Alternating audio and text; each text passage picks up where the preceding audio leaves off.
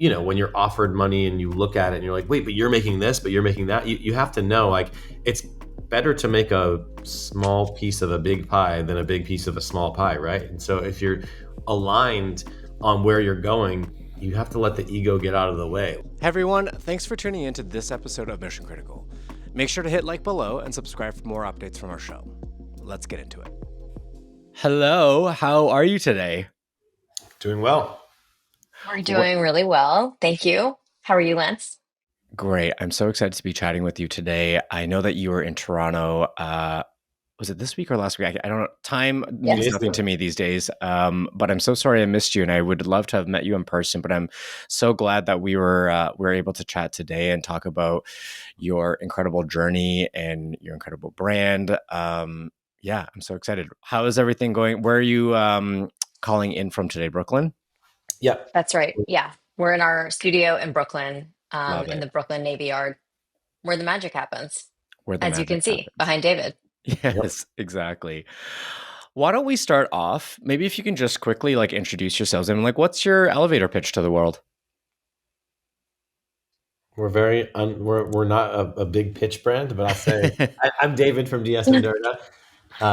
You want to say who you are? I'm Kavi from DS and DURGA. We're co-founders of DS and DURGA. I'll say our elevator. Go for it. Oh, actually, I know the one line that we just figured out, but go ahead. Okay. We are a Brooklyn perfume brand who makes perfume, who makes perfume based on myth, music, and the mundane. These are our three big inspirations. David is the perfumer. He's a self-taught perfumer, and I do all the visual creative. And we started this 15 years ago from scratch, not knowing anything about the perfume business, not knowing anything about what we were getting into. And we slowly grew it, slow and steady. And here we are now. Here we are now. I mean, congratulations on 15 years of business. That is a feat in and of itself. And just the impact you've been able to make within your respective industries in the community. It's really great to see. And I've been a fan of the brand too. And just seeing it in so many different places, it's very cool to see. It's funny, the 15 years. And yeah, we do feel proud of it now. A while ago, we did not, because it seemed like there were all of these brands coming out, getting very Instagram famous, very quickly. And they would just have all this seeming success so quickly. And we were like, oh, wow. And they're just 2 years old or 1 year old. And we're like, we've been at this for years and years. And, but then we realized we're building we're in it for the long haul. We're building a brand with longevity, and that's quite apparent to us now. And we're really happy that we've done it slowly. We haven't made any decisions that we regret. We've just really, any big decisions, and we've just really done it right and intentionally. So yeah, the 15 years at this point feels really good that we've done it so slowly and intentionally. Well, and there is something to be said about that, because one, just kind of that myth of overnight success is not a thing. And two, a lot of those companies that really shot up really quickly, a good handful of them are not even around anymore. So I think longevity and just doing the work and doing it over time and being consistent with it. I mean, there's so much to be said about just the value of perspective and long-term vision and just hard work in general, and I feel like the dialogue around that conversation is changing too, shifting away from overnight success and people who have built up companies in however many a year or two or whatever the narrative has been. That is, I feel been shifting, at least from my end, in terms of what I'm seeing and being pitched. And the focus is being drawn away from that and more towards people who have just been at it and working hard over the years and just doing the work. So congratulations on 15 years. Thanks. Yeah, I totally agree with what you said. Yeah. So you both come from really unconventional backgrounds for the business that you're in, music and architecture. If you had to, if we could just start off, if you had to describe the DS and DURGA brand as a song or a building, what would it be? Like, how would you associate the brand through the lens of those two things? Well, the thing is, we're so it's our own little art project, right? So we are influenced by other art forms and musicians and architects and that, but like we would never base what we are on like someone else, like the to me, like we make like a 360 approach to our fragrances. We make the juice. I do the words. There's like a description and liner Mm-hmm. notes about it. Kavi makes the graphics that go along with it. We have imagery. I have a playlist that I make on Spotify. We have uh, films sometimes. In emails we'll say that these are like the books or the food or the drinks or the places that go with this. So it's like it's real world building. um Mm-hmm. so there are musicians who inspire me so much. I mean, I guess, see, I'd say Gustav Mahler, because he's like probably my favorite grand symphonist, but the way he was doing it wasn't necessarily, I don't know if there's an exact analog to how we do it and how he Yeah. did it, but definitely the records behind me was the beginning of the brand. You have to understand, we didn't know what the word brand meant. We didn't try to like start something. We just started making things and it took off, and slowly realized, oh, what I'm talking about in music I can do in perfume. Kavi, Mm-hmm. what she was working on in architecture, she could apply to design. And I was looking at these old records, and you read about Mahler, and he's just such a giant figure that's known by one name and like changed the world through his music. But really, not that many people listen to classical music, so might not even know about this giant. And then on the record, there's liner notes, and there's so much about it. And I was like, why is no one doing this with perfume? Like, you take the perfume and you take the work seriously, and you describe it and get so rich into the story of why you made it. And that's brings people to the depth of what you do. Yeah, yeah, absolutely. And there's so much that, obviously smell and scent can be tied to when it comes to a lot of our formative memories and experiences. Um, what would you say was, looking back, your first formative memory around scent? Like, is there a scent um, that really kind of opened the world, or is just like a memory for you that has been just like a strong point in time and reference for you? Mine is that I grew up like right near the ocean, like up the hill from the ocean, and there were woods behind my parents' house, so I could always like smell the ocean in the woods, and those are pretty foundational for me.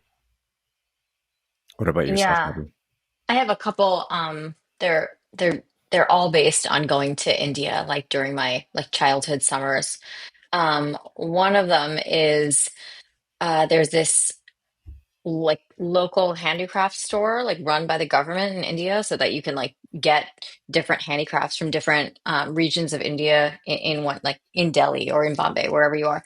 And the one in Delhi that we used to go to, at the end of our trip to buy like, souvenirs to go home, had one room that was all carvings of things from sandalwood. And the smell of this room was just insane, intense, and like you don't really smell this anymore because they're not allowed to use sandalwood in this way. Like it was just like really like so much sandalwood, just like little elephants, like canes, like large things, like like the replicas of the Taj Mahal, like all carved like intricately from sandalwood, and the smell of this room was just like unbelievable. And so yeah, I just like remember this smell, and like the smell of sandalwood, it reminds me of like, this one room in India. Yeah, it's a really Yeah, special smell. yeah, yeah. Formative experiences and memories. Um, you mentioned earlier that, this was something that you, um, you know, just started as a passion project or as something that was based off of your interest and didn't have experience building. When did that light bulb kind of go off, or when did you realize that this could be something that this was getting momentum and that there was traction and It interest? was And quick. It was really quick because okay. I started making something in December of 2007, and we gave like gifts away to friends. Like we wanted to make like tonics and lotions and like live in the 19th century, and we didn't know like what it was going towards. And then I was like, oh, it's really fragrances. And then Kav was like, oh, I can. She worked at this architecture firm. She's like, I can use the fancy printer and make labels. Let's make some perfumes. And I had worked in like restaurants, and so I knew like a lot of like tastemakery people, and we brought it to these three stores: Ernest Sohn, Freeman's, and Ingabi Trust, and they were like, "This is rad, let's do it." And so already we were selling a perfume in February of 2008, having just made my first one in December of 2007, and Wow. then it took off. There was an article written in the Thrillist. Meanwhile, I'm spending 10,000 hours learning how to make perfume because I'm self-taught and I'm just like, barreling through it. And there's no information on the web of like how to make perfume. I just had to like make one bajillion experiments and write it all down and figure out my own system. And in the beginning, my system was so strange. I can explain later if you're interested. But I figured out how to make perfume. Thrillist wrote about it, and then someone connected us to Anthropology, and they were like, "We'd love for you to make us a line."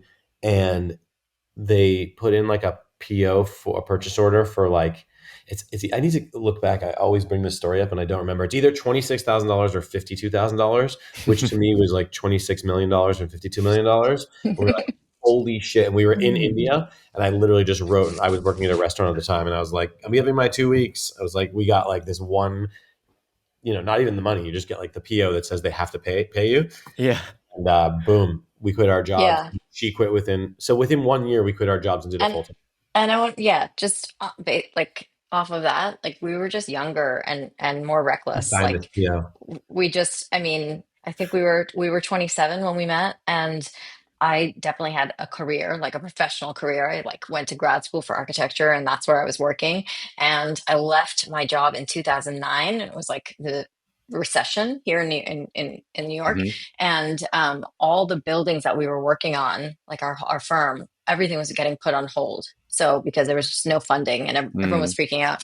And I left my job, and people were like, "How are you leaving your job? Like you're lucky to have a job right now." And I was like, "I don't know." I just like, was really just like following my heart. I had just met David. We fell in love, and we were like, we decided to like make something together. So a lot of it was just that we didn't make this like huge momentous decision. Like we were like changing careers. We did not think of it like that. We did not know what we were starting. We didn't know we were starting a brand. We didn't know we were starting a company that we would be running in like 15 years. We just were like, doing something fun together. Yeah, yeah. So what was like going through your head and like the emotions that you were feeling when you got that like first purchase order so soon I'm after trying you to just find it kind of right now. It's what 2010. It just felt kind of just crazy and weird. We were like, how is this happening? Is this real? Like someone, yeah. like we just started making this like small little thing that we were just like selling to friends and stuff, and like at the Brooklyn like flea market, and then now like a real company like wants it and wants to pay us like real money for it. Felt Yeah. surreal. And It's did you definitely feel it's like definitely like one of the milestones of one of the biggest milestones of our business. 100%? And from an infrastructure standpoint, is that something that you felt like ready to like that kind of at that level? And No, how did No, you dude, catch up to it if you don't not? no, understand. that was amazing. We had Our friends. friends were coming over and like helping us fold boxes. So I was okay. I'm hand making like little amounts of perfumes, and like we're selling like small like to these like three stores, and then we get this thing, and it's like I had to buy drums, okay, and like make it. We had an office space in Gowanus in Brooklyn, and but I had to like make them all. But how do I fill it? This is just like ridiculous. Like, by the way, you can't work like this. You need to be made in an FDA facility. Like right after that, we learned that we couldn't be making it like that, and then we switched to this guy in the Bronx. But Mm, what we're just like kids not understanding it, and so I bought. I was like, how can I do this fast? Like so I had to have a big drum, but how do you pump shit out of a drum? Like you can't just like you can't just do that. So I was like, got like cups to take it out and put it in those vodka infusers, like they come with like stones, and then like yes, you'd yes. see at like someone's picnic. So like I was filling, and it would take so long, and then we'd have to label it and then box it up, and we'd have people come over and like help us and like drink beers. It was bananas. Must feel kind of nostalgic looking back on those At this days. point, it's interesting, yeah, because we have always kept our head like a horse, like the thing on the side. We're just like Yeah. forward what we're doing next. Like we are not resting on our laurels at all, and we still feel like we're nowhere, and like we have so much more to do. So like we're not looking back. Like I remember we have like an archive of all this stuff, and we were like whatever, like get rid of it. But it's like no, one day you should like show all of this. So we Mm, definitely have a history. We need to make like a DS and Durga book that shows like the amount of things that we have created ancillary to the product, and things before Yeah, it's yeah, too and much. it's meandering because like because it was so just like authentic and natural and coming from people who like did not set out a business plan, never had like a brand book, didn't know what that meant. I didn't know that I had to like define all these like codes about like the visual language of the brand when we started. So just it was just kind of like things done on a whim a lot of times. So like Hmm. in the beginning, everything looked different, and we would like switch how things looked, just like turn on a dime. And so I yeah, think it's I just found like it. a really kind of curvy journey. I think I found it. This is crazy. I What was need the to do this because purchase I tell order? this story. It's actually 2009. 2009. But I thought let's see. Sorry. Keep going. Yeah, What let's keep would you going. say? What would you say?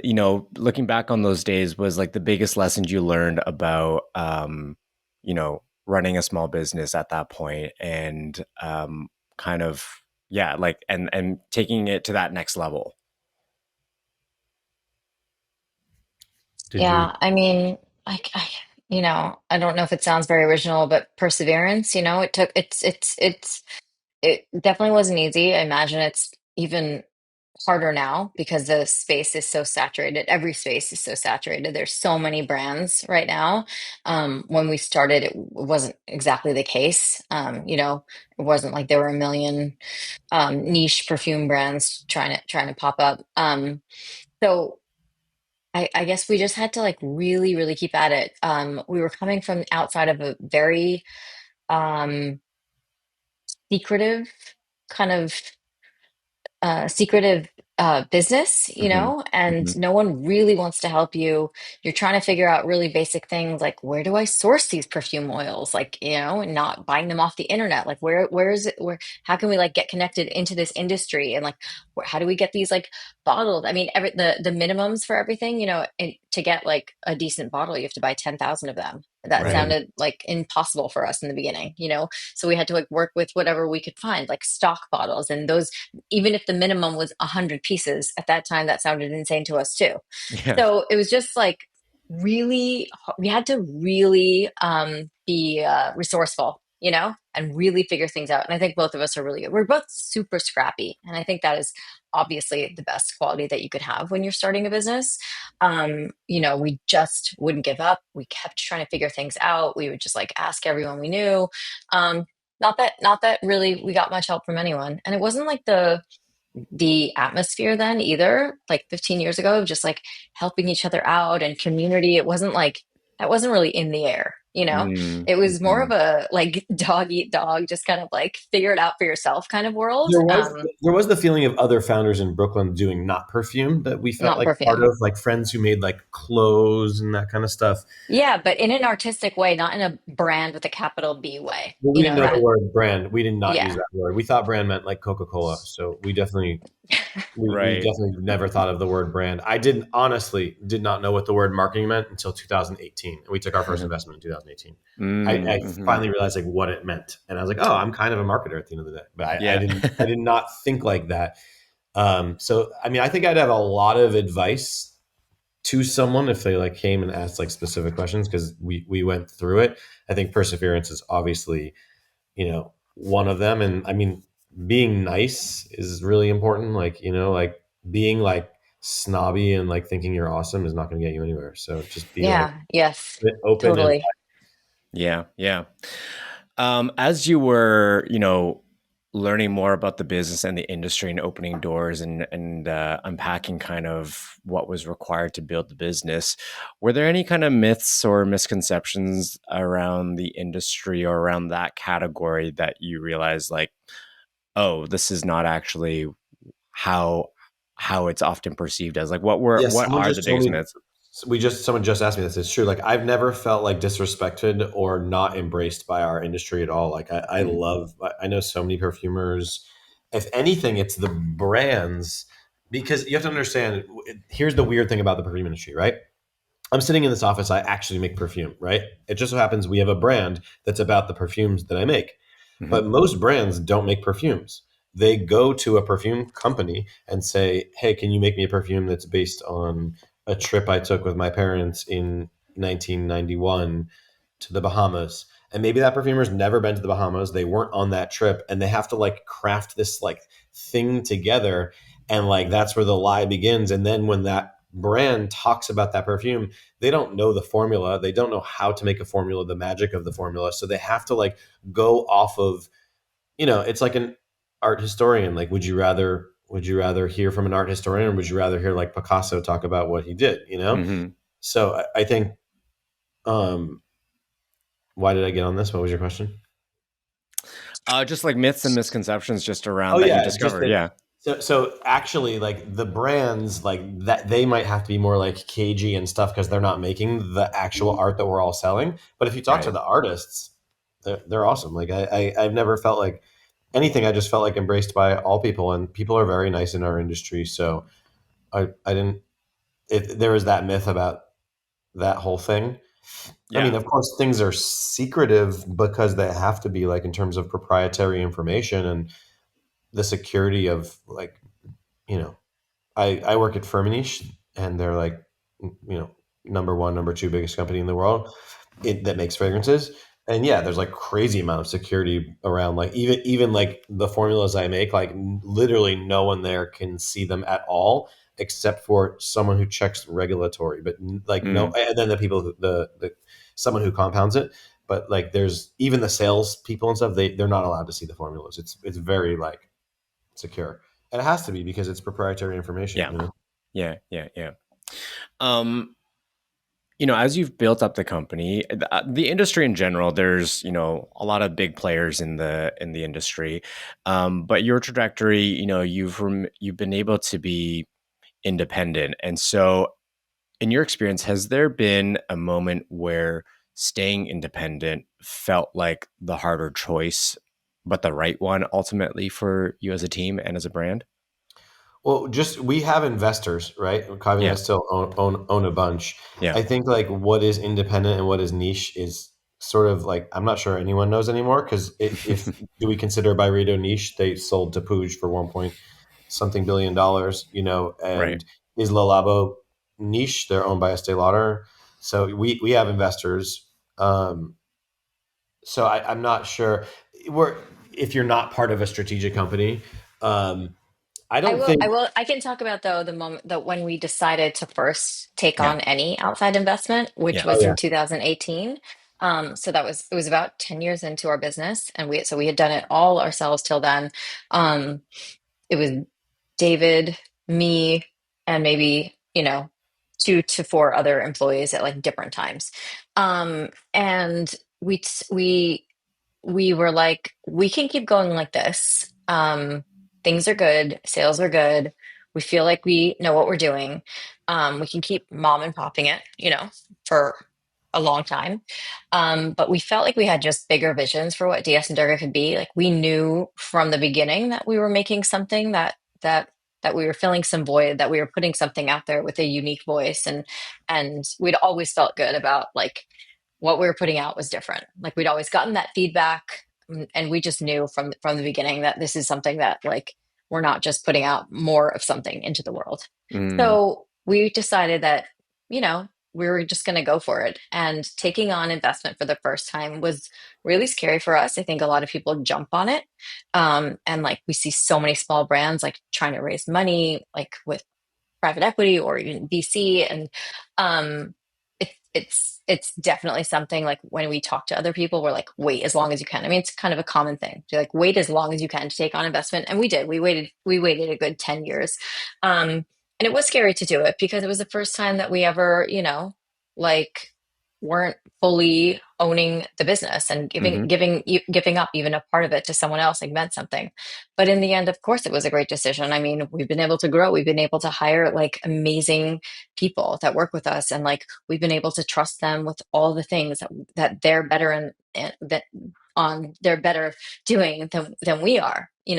And we could not have grown the business to this point had we just like done just David and I and kind of kept that at that very slow pace that we were going, because we wouldn't have the resources, we wouldn't have the talent that we do now. So it was a really good decision to do it. And Yeah, I think Um, back to your misconceptions thing. I think there is a misconception about this like evil world order of strategic companies versus like heroic knights in shining armor in independent companies, and it's not really so cut and dry in that way. Um, no strategic company would spend $100 million on a brand and then change the formulas. Like, of Right. course, they're trying to like take that sauce and make it commercially successful. I mean, for us, there just gets to a point where like Kavi and I aren't business people, right? So like we need people who are partners who know basic business and great strategic business in order to help us get our message out into the world. I honestly think that there's like a altruistic part of business, like, you know, in a capitalist economy, the businesses create like support networks for a giant amount of people, and there's a lot of people who live off of what we do, like them and their family and stuff. And you can argue about like what's good and who has what and stuff, but it's the foundation of it. And I just ripping on anything and being negative when you don't think it all the way through, to me, is you know, very indicative of our age. And I feel much more positive about it. And I think that in our industry, there's much more good than bad. You're trying to like Mm, do something cool and get it out there. Like, yeah, there's jerks in every industry, right? And there's people who are like only in it for the money in every industry. But it hasn't been my experience that's what it's all about. I mean, our investors are awesome, and I've met many people from strategic brands too. I just think that there comes to a level like when you get to a certain height, in order to take it to the next thing, you need someone who has experience in operating and managing that. yeah. One more thing I'll say about like thinking negative about like a business, it's a fucking miracle if you have any success in business at all. And if you are a customer or client of something and like a product made by something, it's a gift that that thing exists. Because think of your favorite restaurant, that shit's closing in 10 years, you know, like it is so difficult to make it in any industry. And Hmm. like the thing that you love, it might be discontinued, it might be changed, the company might fold and go under. And I wish we spent more time like enjoying what was there, because things change at a moment and it's not going to be around forever, you know, like ripping on stuff is Yeah. just kind of lame. Yeah. Yeah. No, definitely.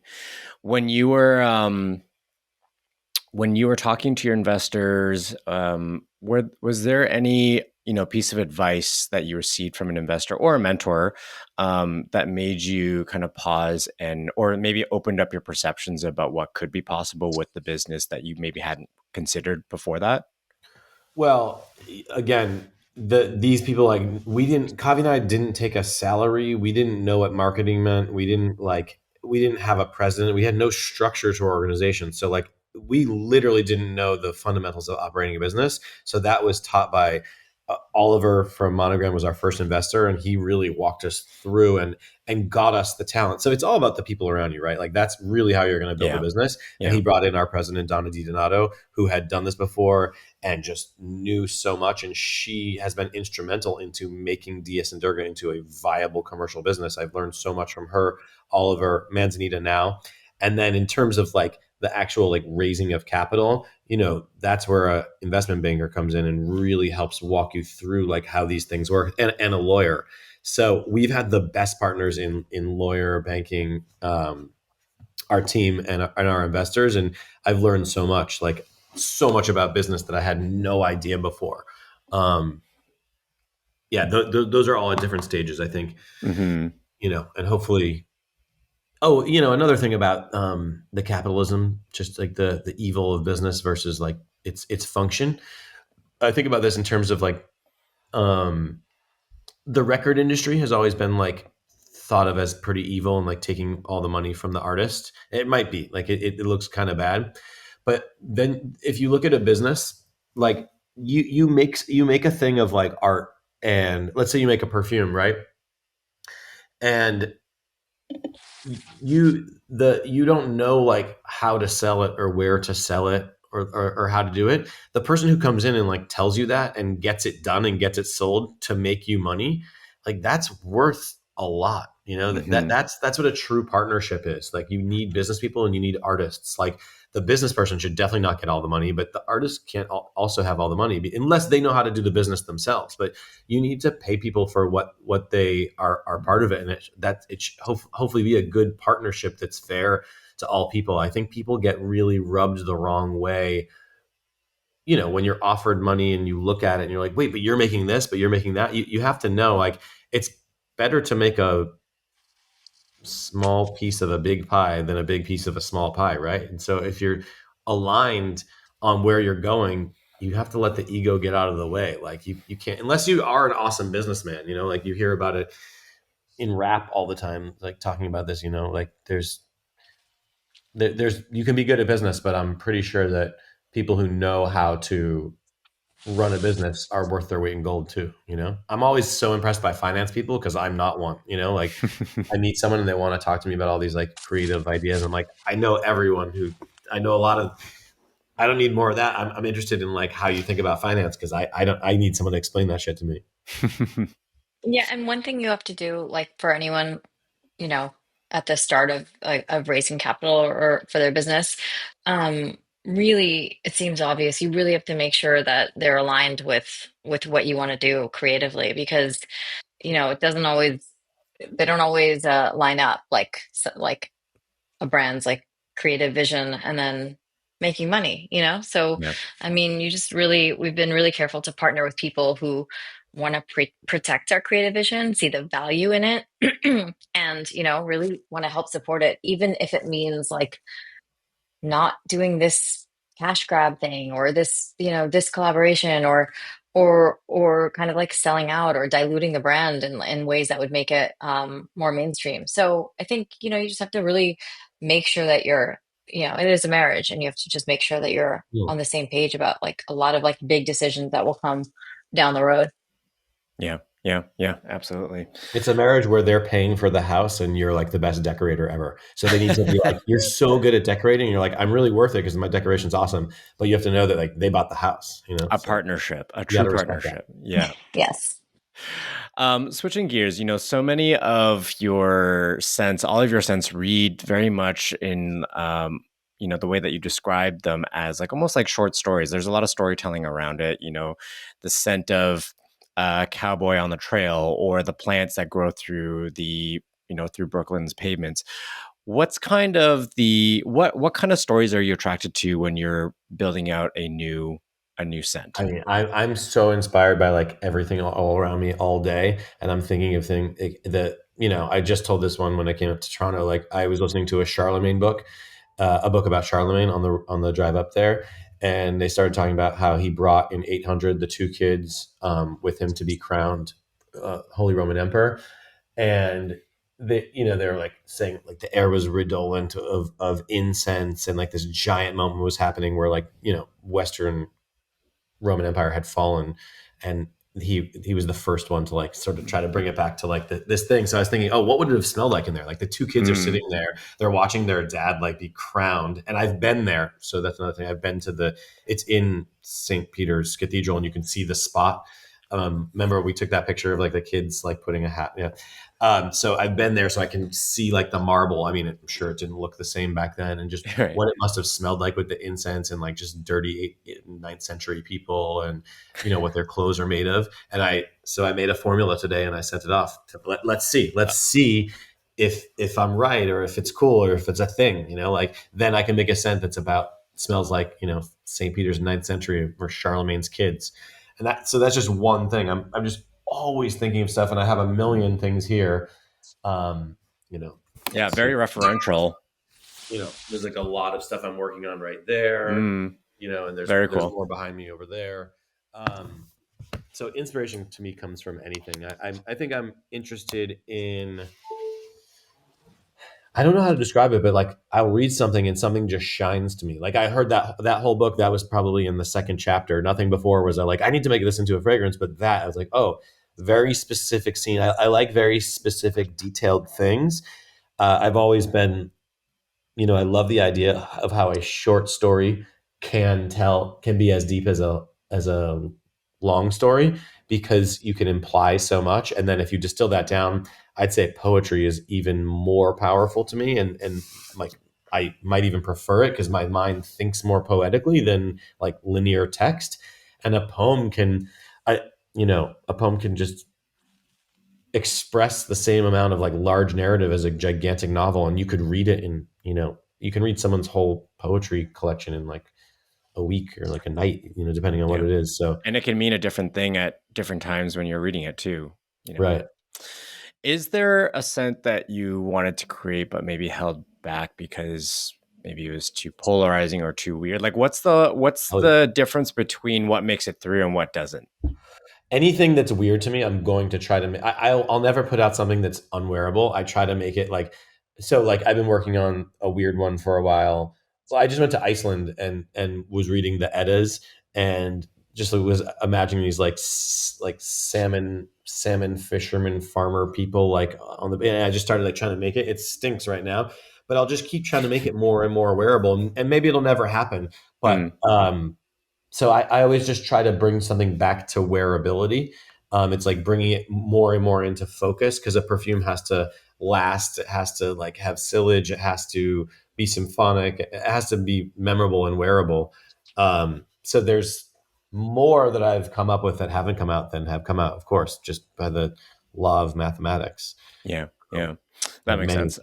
I mean, fragrance is such a sensory medium, but in an increasingly digital world, how do you get people to connect to your scents and your brand ultimately without them being able to smell it at We've first? always had this thing. I mean, in the beginning, we were always selling well online because we're showing a 360 approach. I think I already said, right? We have the scent, we have the description and the words, we have the playlist that you can listen to. Mm, There's imagery. And so it really shows you the world. Um, and so it's always done really well. I mean, I sort of believe like, I don't know how to say it, but like trust the artist. Like if you're looking at it and you love it because like the whole world that's being built, and then you get it and you're like, I'm not sure I like this. Like wear it a little bit because you might not like it, and then you can just move on and get something else. But I love the idea that your favorite band, you hear their new record and you're like, it doesn't sound like the band. Like what happened? They changed. They're doing this whole thing. And then you listen to it, and the third time you hear it, you're like, actually, I kind of like that song. It's good. A week later, you've listened to it six times and you're like, this sounds just like the band that I always loved. They just went in this direction and they did this. And then next year with another one, that album just sounds like a continuation of the thread of the band. So I think if you love the artist, unless you don't think you think it's just like a cash grab, like stupid business, then sure. But in artistic perfumery or music or painting, like there's a reason that someone put it out, and to try to check it out yeah, seems yeah. cool to me. And one of the things that I noticed immediately about your brand before being able to smell it too is just like the packaging, the branding, the bottle design, and everything. Kavi, like with your background in design and architecture, like what kind of perspective, especially in the earlier days, did you want to imbue as a team on how the brand was presented outside of the scent? Oh, what our team like? Yeah, like what did you want to convey that if someone wasn't smelling the scents through what about your brand did you want to convey through the branding, the packaging, the bottle design? Um Yeah. yeah. Um, so we've kept the package and the bottle like really kind of minimal and because and I guess timeless is the word because like Mm, we knew it wasn't. This is like the way I always think of it. Like I don't want to get sick of it, like and because I do get tired of things like really quickly. Like I just always want to move on to something else. I have a better idea. I think like this could be a better representation for the brand. So, but once you go with some kind of like wild or really expressive decision like that, it's kind of you might get tired of it and you might be like, oh, I don't feel like that anymore. It's like the same reason you don't really want to dress in a trend. Like you might look back on it in a few years and be like, what was I thinking? mm, So for that reason, we've kept things really kind of just like elegant and timeless looking. And then we've kind of like let our creative yayas out in like all the other ways, like in the photography that we in the campaigns that we do to go with each scent, in the graphics on the candles, which are like, it's not art. We've kind of like protected